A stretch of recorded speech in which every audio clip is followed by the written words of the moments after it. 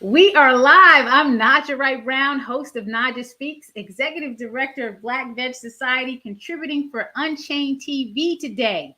Who wants to learn how the top selling brand of natural soaps in North America, Dr. Bronner's, achieved its success? Here to tell us is one of Dr. Bronner's grandsons, David Bronner. Welcome. It's such a Well, pleasure for you to be here. well, thank you so much for having me. Yeah, and I love the questions. You already were kind enough to throw at me, so yeah, this is gonna be a good one. Yeah. David's telling all my business. How are you doing today? I love the title, Cosmic Engagement Officer. How is that different from your traditional chief executive officer? What is cosmic engagement? Well, I think well, first of all, I was the CEO and president, and I just went by president for a long time. But my brother is basically my 50-50 partner in the company, Mike Bronner. About 10 years ago, he was clearly, rocking things to the next level, and it was time for him to, he was like executive vice president of international marketing, but it was time for him to become president. But he knew I didn't want to be a CEO when I promoted him to president, he promoted me to Cosmic Engagement Officer. And I love it. yeah, and it kind of like harkens to our granddad, Dr. Bronner, and his cosmic vision of a unified, peaceful humanity living in sustainable balance with nature. And he had up until the Holocaust behind him, and he saw that all the faith traditions at their best and at their heart are pointing at the same transcendent source. We're all children of the same divine source, and we need to recognize our unity across religious and ethnic divides if we're going to survive and thrive on this planet. In the next Holocaust, in a nuclear armed world, we're going to all perish if we don't figure that out. So he just felt urgently called on this mission. And for him, the planetariums were the temples of the future, where we would witnessing the vastness of creation and just how vanishingly insignificant and small we are here on this planet. All our differences are trivial, and I mean, obviously they're very significant here, but in the grand scheme of things, it just for him, it helps us get perspective and humble ourselves. And anyway, so he was 24/7 coming from the mountaintop on that tip. And I think in my family, I kind of resonate most to that kind of all one vision, all one love vision he's got. I mean, my whole family is very beautiful, and all have their own ways of honoring the message and the label. But I think I maybe like resonate on his wavelength the most. So I love it. I love it. And I guess the other thing is, like, we don't do business in the normal way. I mean, for us, business is just an instrument of social change, and money's energy to help fuel up and empower allies and just power causes and organizations that are making the world better. So so yes, for all those reasons, we like to not look exactly like a normal business. Yeah. You speaking my language. That whole try love. I'm on a try love mission. I hate division and all that other stuff. But I want to ask, why do you think Dr. Bronner's is doing so well as the top selling brand of natural soaps? Yeah, well, I think there's a real shift underway. I mean, there's a lot of, let's say, shifts that are not as awesome, but an awesome shift is growing recognition that to survive and thrive on this planet, we need to figure out how to simplify our lifestyles and consume in a way that lessens our impact on the earth. And in the soap aisle and the personal care aisle, unfortunately, there's so much junk out there. A lot of what is basically mislabeled as liquid soap has no soap in it. It's basically petrochemical driven surfactants and detergents and cleansers, and just really pretty not natural and not that helpful. And I think our soaps first of all, the ingredient deck is super simple. It's certified under the USDA Organic Program, the same program that certifies food. So when you read our ingredient deck, it's organic coconut oil, organic olive oil, organic hemp oil, peppermint oil. I mean, it's ingredients you can read and pronounce. Read it all the time. You see, I have everything here. I have all the soaps here, and I love this one, the N Factory Farming one that you had. You had this N Factory Farming one, which was amazing. Well, and that's great. And and then, I'm a fifth generation basically master soap maker. We make soap in a way that's, you know, honors the tradition for millennia. There's not a whole lot of real soap out there in the market. And, we're offering a product, I think, that just excels. It's going to give you your best lather, even in hard water conditions, and be super mild and emollient on the skin. And then, as you were saying, like, we also are very activist and use our brand as a platform to advocate for the causes we believe in. And I think a lot of people really resonate and appreciate that we're, using our company and brand in this way. So, for example, we're obviously very committed to ending factory farming and transitioning to, we got to drastically lessen our impact on the world. And a primary way to do that is through diet and dietary choice. And if someone's going to choose to eat animal products, that needs to absolutely come from a pasture-based system where animals are basically living and fulfilling their instinctual behaviors, if that's a choice you're going to make. And that needs to be limited and restricted to a population of animals that can, how do you say,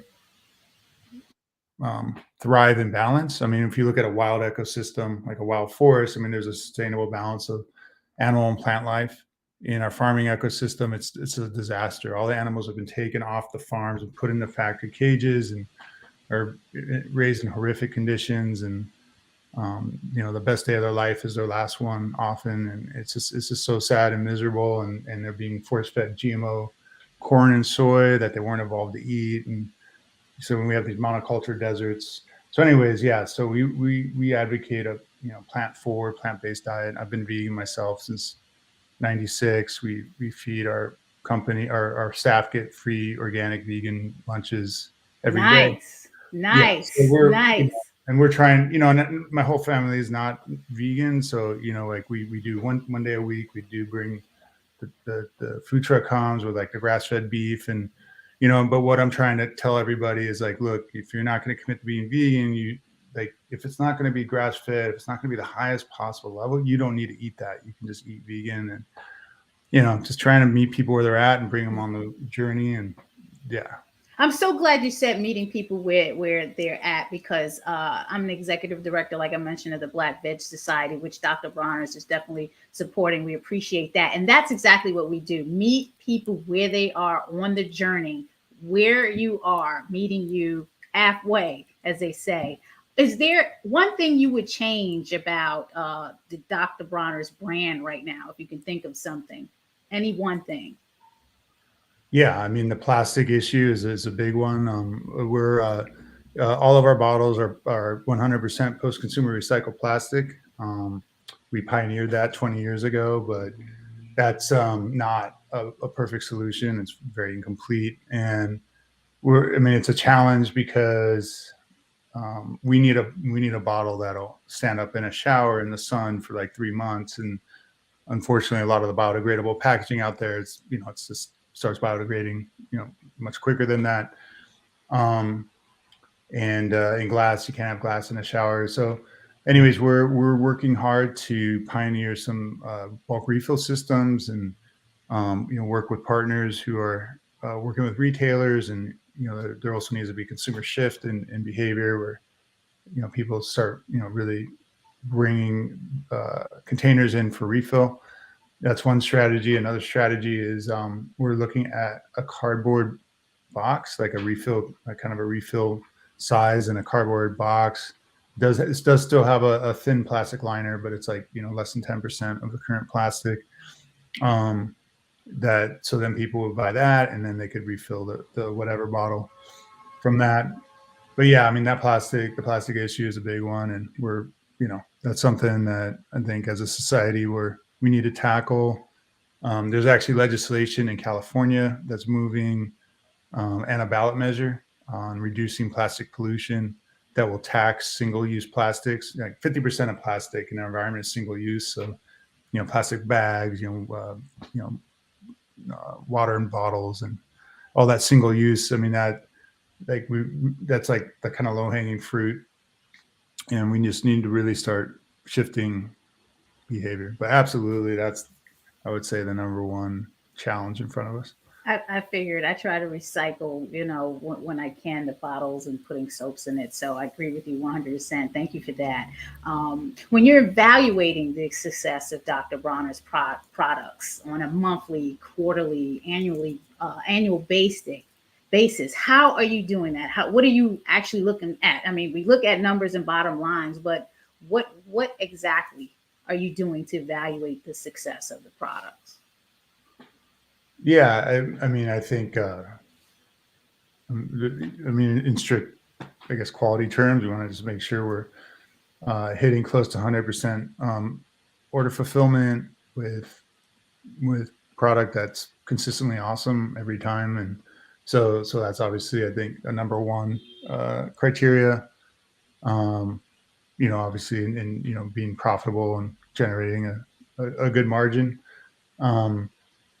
And then, yeah, and just, I think overall we want to be offering products that are both organic, regenerative organic, and fair, meaning that the raw materials being produced in a way, so the farmers who are growing, for example, the coconuts or the olives or the palm fruits or the mint, that then get converted into oils that go into our soap. We want to make sure those farmers are getting paid a price that enables them to take care of their land and their people in the right way and their communities. And so when we're going to market and someone buys one of our products, like, everybody's winning. We're not exploiting and playing farming communities off against each other by just kind of a race to the bottom, figuring out who can produce at the lowest price, and not incorporate social and ecological criteria, or really factoring the impact. And so, yeah, so for us, it's, success is measured not just in economic terms, but in terms of social and ecological benefit and impact. Yeah, we're going to do that too here at the Land of Cushion with our organizations. I love it. I'm learning from you, David. When you identify new business opportunities, let's say the all-in-one chocolates, and it's going to require an additional investment of any sort, financial, human, it's going to require some sort of investment. What do you ask for from the company or from partners or anyone that you need to work with? How do you justify the investment, and how do you measure the outcome? And particularly the chocolates are amazing. So, using that as one example, and others, I love the chocolates. But how do you determine what you're going to do here? Yeah. Remember I was telling you about that win? Yes. It just blew open my door. Let me lock it. Here we go. Yeah. So I think for, that a product needs to make sense, not just in economic terms, but have, really be pushing the envelope in some ecological, social way for us to really get excited. So the chocolate for us, actually, so the big reason there is that our farming partners in Ghana, so we have a sister company called Serena Palm. And when you think about palm, you probably think about rainforest destruction and habitat loss and farming communities being disrupted, and orangutan habitat being destroyed. And there's all kinds of horrible things that go along with corporate plantations and monocropping of palm for palm oil. But there's nothing inherently bad about palm. Palm is just another crop, and every crop can be grown in a regenerative way or in a degenerative way. And unfortunately, it's more often than not, it's grown in a degenerative way. But there is a real shift happening. And we call this regenerative organic agriculture. I'm actually on the board of the Regenerative Organic Alliance, regenerativeorganic.org, where we incorporate the best of soil health, animal welfare, and fair labor into a single consumer-facing standard. And so, for example, with tree crops and palm oil, what our Ghanaian farming partners are doing are intercropping palm trees, so tall palm trees, banana, and cocoa, which are more mid-level trees, mid-level canopy, and then cassava, which is kind of a more ground cover kind of crop, root crop. And what they're doing is replicating a wild forest. So if you look at a wild forest ecosystem, you've got tall trees and then you got mid-level trees and you got the ground cover, and basically you got different canopy heights, and you're maximizing photosynthetic capture and biomass production. And when you mimic that in a farming ecosystem, you can double the biomass, double the yields of the respective crops. So if you were to do the palm, banana, cassava, and cocoa in monoculture blocks, in 4 monoculture blocks in the same area where our farmers are doing the what's called dynamic ag forestry, where you're integrating them, understanding like how the canopies fill in, and it's knowledge intensive agriculture, not chemical intensive. So you need to know what you're doing, but our farming partners do, and we're boosting yields and incomes dramatically. And there's so much carbon being sequestered in the soil there. They're minimizing weed and pest pressure, because we have these dense monocultures. There's so many problems come along with that, and insect infestations and whatnot. And so and cocoa is another very problematic crop. It's like literally there's really terrible prices are paid farmers. There's actual child slavery is often involved, and just a lot of insecticide use. So we're showing with that you can take 2 of the world's most problematic crops, palm and cocoa, and by intercropping them in a smart way, it's called multi-strata ag forestry or dynamic ag forestry, actually produce them in a way that's very beneficial to the land, to the environment, to the people, to the community.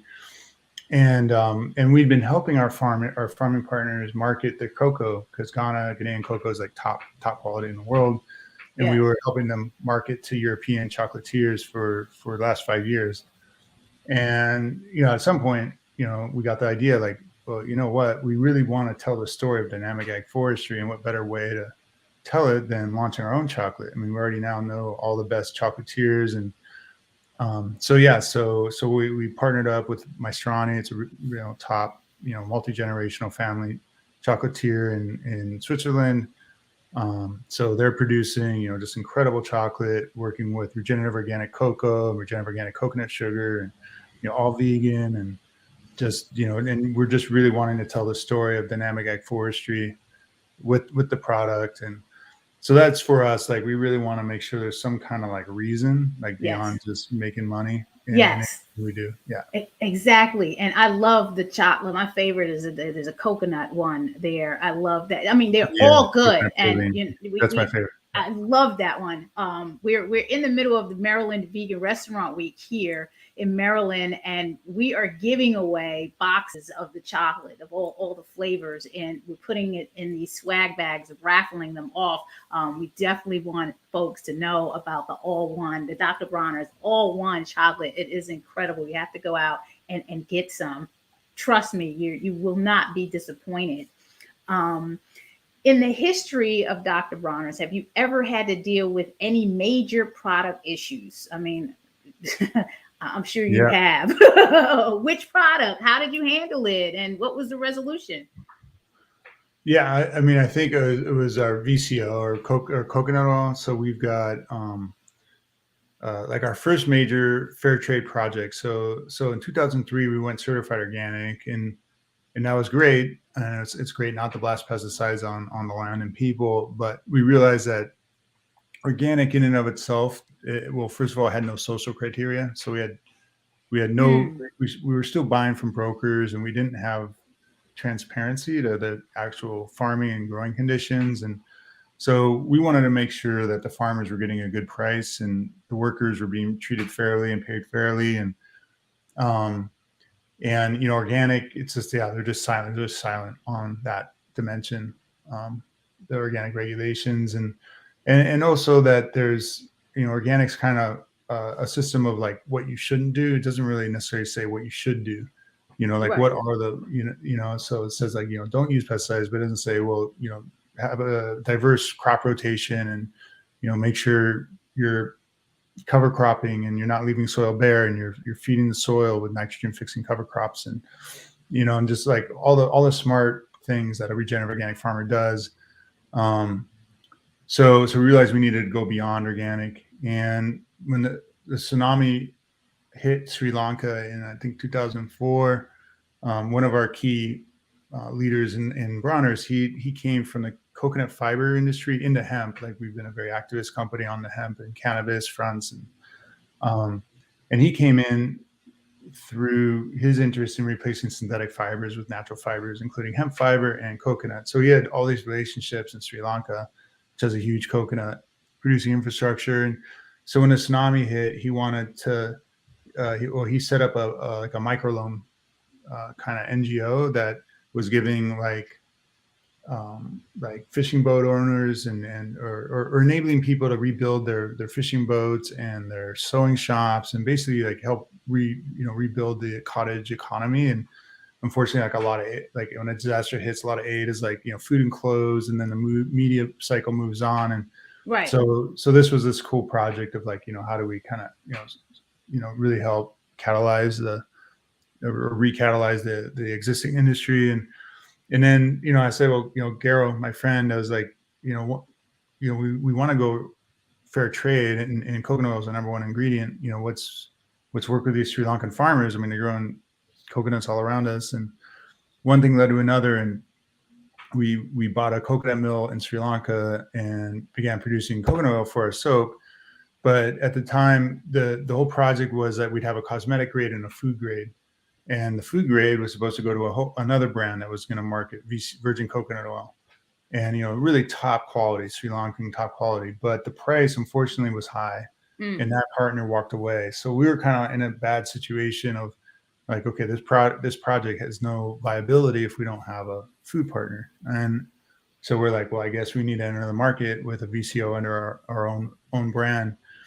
And this is when virgin coconut oil just exploded. It was just became this super hot item. And Garo Lasson, so our VP of Special Operations, he actually wrote a book if anyone's interested in, and it's called Honor Thy Label.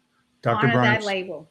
Yeah. Dr. Bronner's Journey to a Clean, Green, Ethical Supply Chain. So, and he talks about each of our major, I talked about the Ghanaian Palm Project. And so the Sri Lanka, and each has a really interesting story and lots of adventures in it. But part of the adventure with launching VCO was like, we weren't like super knowledgeable about VCO.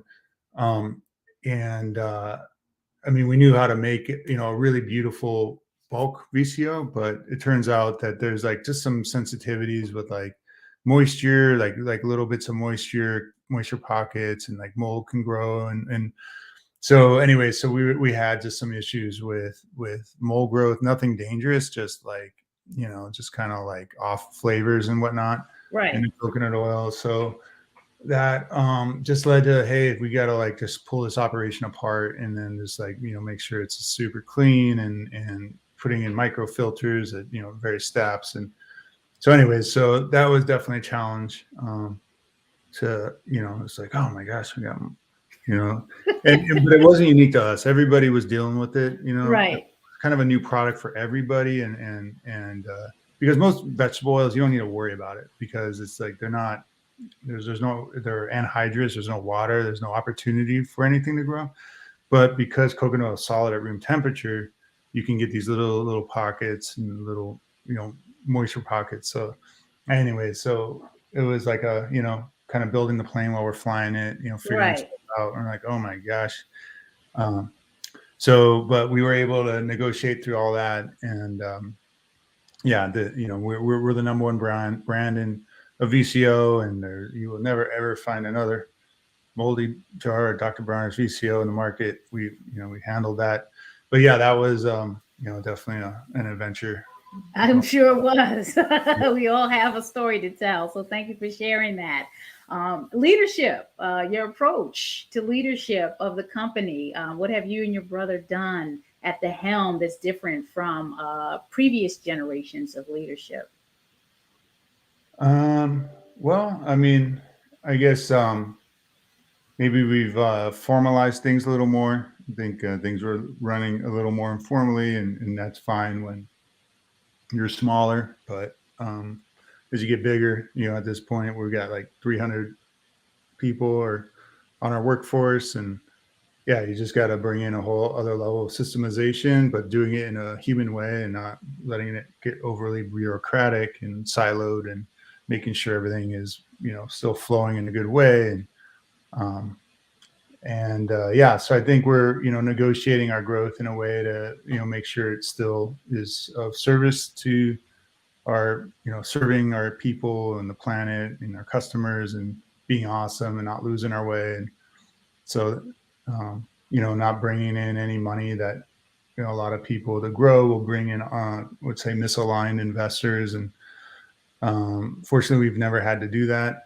Nice. And, yeah. So, yeah, I think it's like, uniting the human race, it's a big, big project. And, that was my granddad's passion. And we kind of translate that in a little more practical. Okay, well, what are the practical steps we can take, to get there? And so that's our activism on different fronts, including animal welfare and on, shifting agriculture globally to regenerative organic systems, ending the drug war and moving to a much more compassionate and rational approach to people struggling with addiction, for incarcerating people who have been dealing with so much trauma in their lives, and that's just not helping them at all or their families. And we need to end that and integrate these psychedelic medicines and cannabis that are natural medicines and can replace a lot of the pharmaceuticals and really help people heal up in a deep way. And Yes, um, I so agree. As a yeah, holistic vegan, I agree. yeah. 100%. So a lot of work to do there. I have to tell you, I'm from the inner city, and I'm showing this here because an inner city kid, my mother used to send to the Berkshires in Massachusetts when I was young, 6 years old, and this is all the product soaps that that's my first introduction. So just picture inner city project housing, and I'm going to camp. This is all they had in the house, and just lots of words, and it was the best smelling soap I've ever had, and I've loved it ever since. Where is Dr. Bronner's headed next? Where are you going with the company? Any new products, initiatives, plans coming out in 2022? Well, first of all, I guess just riffing on the psychedelic policy and drug policy, that's been a big focus. I'm on the board of the Multidisciplinary Association of Psychedelic Studies, and a big effort is in Colorado, the Natural Medicine Health Act, which is going to decriminalize all plant medicines, so mushrooms, ayahuasca, iboga, so allowing people to cultivate and heal in community with each other, as well as they integrate a regulated access program, like a more kind of therapeutic program, like what you might see at Johns Hopkins. So Johns Hopkins Yes. has been a real pioneer of psilocybin assisted therapy, the active ingredient in mushrooms, and people who are struggling with end of life distress and anxiety, treatment resistant depression, addictive disorders of all kinds are like getting huge benefit. So like I feel like at Bronner's we launch causes as much as we launch products. And so that's, for me in my life, I had some powerful psychedelic experiences, especially after college, that really helped me see that my granddad, like, I didn't really understand what my granddad was talking about most of my life. Like, we must unite spaceship Earth. We're all one or none. I was like, and him talking about all the faith traditions and spiritual giants, all more or less saying the same thing. And we need to, love each other and get over ourselves and, just, honor nature and realize we're not different. And, all that was kind of sailing over my head until I had some like real big, profound experiences and, basically died into the love and light at the heart of existence and saw the truth that my granddad was all about. And yeah, so anyway, so in the context of that, realize that these are medicines. They've been used for millennia by indigenous cultures around the world safely and to great benefit to their communities. Whether it's the peyote of the Native American church or ayahuasca and the different indigenous lineages, or iboga, which the pygmies have been holding for, tens of thousands of years. And they've passed on to tribes in the Bwiti, well, in the Gabon region in Africa and West Africa. And iboga is like super powerful and important medicine and really helpful for people struggling with opiate addiction. And which is of course an epidemic right now. So we need to integrate these medicines as fast as possible. And so we're working hard on that. It's our 75th anniversary. Oh, wow. Happy Yeah, anniversary. 75 years. Yeah. Amazing. Congratulations. Yeah. And that's 75 since we're in the States. So it's a little murky exactly when the company started. My granddad was basically rolling around the country on, kind of on his mission. But he himself was a third generation master soap maker. So his grandfather began in 1858. Wow. So that Wow. would be like our 165th or something. Yeah, but 75th here in the States. Yeah. Congratulations. Awesome. Keep doing an amazing job. The products are amazing. David, any specific leaders in any industry that you look up to and why? Yeah. Well, I think in our industry, speaking natural products generally, I would say Yvon Chouinard, the founder of Patagonia, mountain climber and lover of nature, and just really seeking to produce clothes and products that are, produced in an ecological way, and they're taking into account not only their impact and how they're being made, but in their, total life cycle. And, just a real pioneer of, leveraging business and, a good way. I would say Equal Exchange and Guayaquil and the other fair trade pioneers that, really inspired me to kind of take a hard look at like, hey, where, who's growing our coconuts? And, I hadn't really thought about that. So, yeah. Awesome. Awesome. This is just a fun question as we get ready to close out. Again, David, I appreciate you taking the time. I know you're really busy. You have a large company that you have to head. So I appreciate you, and I appreciate the support of Dr. Bronner's. What is one incorrect assumption that people often make about you on the first impression? Yeah, that I actually have some clue about what's up. No, I'm yeah. Yeah, I don't know. I mean, I would imagine that a lot of people, don't fit the mold of your average CEO, and but I mean, we definitely can rock our business like nobody's business.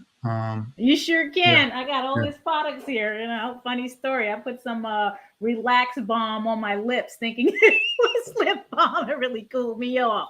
Oh wow, yeah, man, that'll do it. Yeah, right Having a on. fun time here. Yeah, the men, but that's like, yeah, they're like we have a peppermint hand sanitizer. Yes, I love it. I But it's love it. actually a good deodorant, and it's also a good like mouth, like if you need to like pick me up, like the menthol, like Get I'm sure out. you just experienced, like that menthol will just totally open up your senses. And yeah, Are and you it's all serious? organic, fair trade alcohol and Wow. peppermint. So yeah, you can totally spray that if you need a little pick me What? up. Don't do it with the lavender, but yeah, Okay. I love the yeah. lavender. That's my favorite. But now you're teaching me something about the peppermint. That's awesome. How can we best connect with you, David, and the Dr. Bronner's company?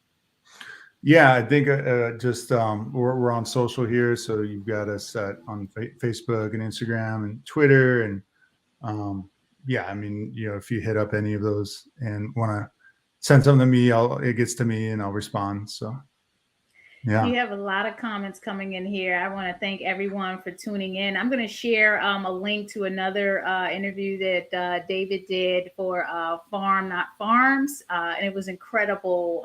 He shared a lot of information. I wish I could share all the comments, but I thank you for tuning in. I don't see any questions. I see a lot of people giving you praise. Thanks, Mary Ellen. Thank you so much for great products that allow us to leave a smaller carbon footprint. I mean, there are a lot. There's just so many. So I want to thank everyone for tuning in. David, thank you for your time. Again, blessings to you. Be well, be safe, and we appreciate the support. Everyone, remember download the Unchained TV app so you can see amazing interviews such as with David Bronner and cooking demos and all that stuff. Make sure that you go to unchainedtv.com and download the app. And please follow me at Naijha Speaks on social media. I appreciate your support. Thank you and have a blessed day. yeah.